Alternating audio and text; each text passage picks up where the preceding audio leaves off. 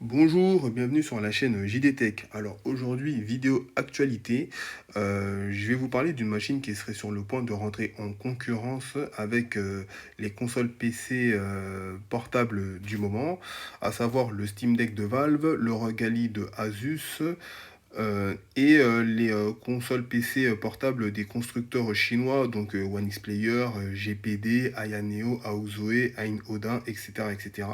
Apparemment, cette toute nouvelle machine serait l'œuvre du constructeur Lenovo et elle s'appellerait Lenovo Legion Go. Alors, déjà, moi, je vais vous dire mes impressions sur ce que je vois. Déjà, au niveau des bordures, là, je vois quelque chose qui me plaît bien.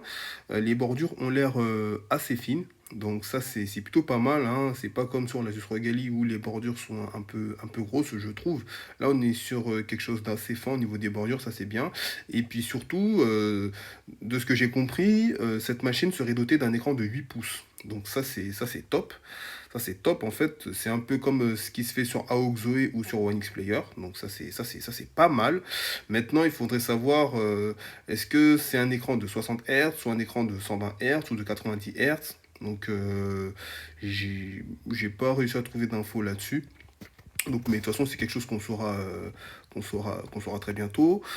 Après, au niveau de la manette, bon, on est sur quelque chose de classique, hein. On est sur un modèle façon Xbox 360 avec les boutons A, B, X, Y, les joysticks, le joystick à gauche en haut et le joystick à droite un peu vers le bas. Après, là, ce que je peux voir, c'est il y a une sorte de trackpad, un peu comme sur le Steam Deck, et des boutons M1, M2. Donc, pareil, à voir. À voir.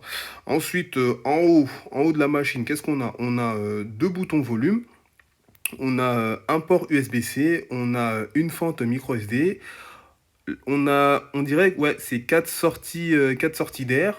On a le bouton power à droite. Au niveau des gâchettes, euh, les gâchettes me font penser à ce qui se fait sur One X Player. Alors, c'est pas exactement la même forme que sur les One X Player, mais ça me fait penser un peu à ce qui se fait sur One X Player. Là, je vous donne mes impressions, hein. C'est vraiment mes impressions à moi. Après, toujours en bas, on a un port USB-C. Alors, ça, c'est intéressant. Ça veut dire que la machine est dotée de deux ports USB-C. Un port USB-C en haut et un port USB-C en bas. Pareil, hein, comme sur One X Player.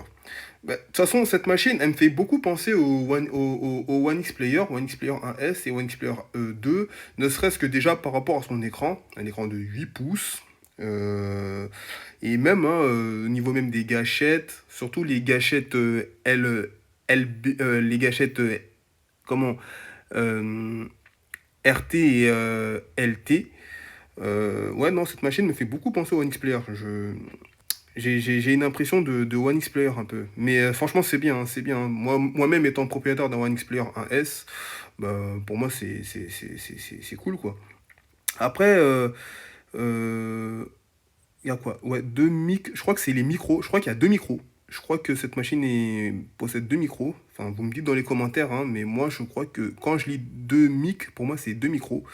Après, en bas à droite, on a FPS mode switch. Alors, FPS mode switch, moi, je pense à ça. Moi, je pense à ça parce que apparemment cette machine, en fait, enfin, en gros, enfin, vous le voyez, hein, cette machine serait similaire à la Nintendo Switch. Donc, on aurait des Joy-Con comme sur Nintendo Switch. Donc, à voir. Après, est-ce que c'est exactement comme sur Nintendo Switch? Ça, on le saura très bientôt. Mais vous voyez que cette machine s'est beaucoup inspirée de la Nintendo Switch. Donc après, au niveau des boutons, on a le bouton, au niveau des gâchettes, bouton RB, bouton RT, bouton LT et bouton LB. Donc là, on est vraiment sur un comment dire, on voit vraiment l'inspiration Xbox, hein. Ils se sont beaucoup inspirés de ce qui se fait sur Xbox. On a des boutons M1, M2 vers la droite. Par contre, à gauche, sur la tranche, on n'a pas de bouton. Les boutons M1, M2, c'est que sur la droite.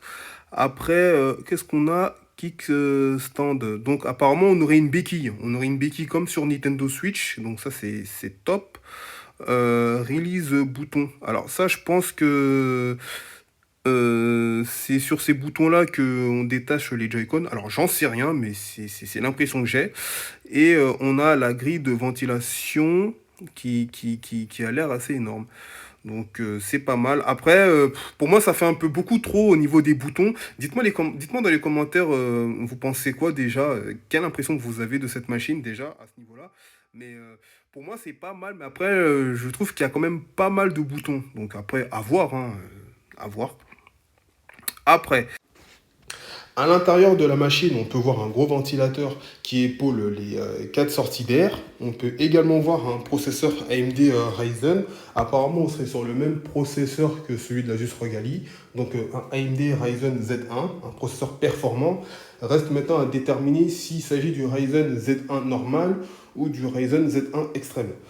Euh, Après, au niveau du système d'exploitation, apparemment, enfin non, c'est même pas apparemment, c'est le cas, il s'agirait de Windows. Donc, ok. Euh, oui, j'ai pas eu d'informations au niveau de la RAM. Si on est sur du 16 Go, 32, 64, LPDDR4 ou 5, pardon, j'ai pas eu d'informations là-dessus, mais c'est quelque chose qu'on saura très bientôt. Bah, dites-moi dans les commentaires si vous avez déjà une petite impression sur cette machine. Alors moi, hormis le surplus de boutons, c'est une machine qui me parle. Maintenant, à voir dans le futur, avec les tests qui vont sortir, ce que cela donnera. Voilà. Bah, écoutez, cette vidéo se termine là. Merci de partager et de liker cette vidéo si celle-ci vous a plu. Moi, je vous dis à la prochaine. Prenez soin de vous, prenez soin de vos proches.